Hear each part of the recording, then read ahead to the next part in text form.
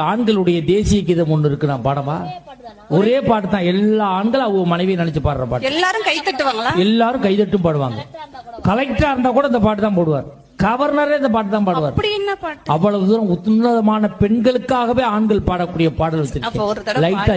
மரணம் என்னும் தூது வந்தது, அது மங்கை என்னும் வடிவில் வந்தது, சொர்க்கமாக நான் நினைத்தது இன்று நரகமாக மாறிவிட்டது.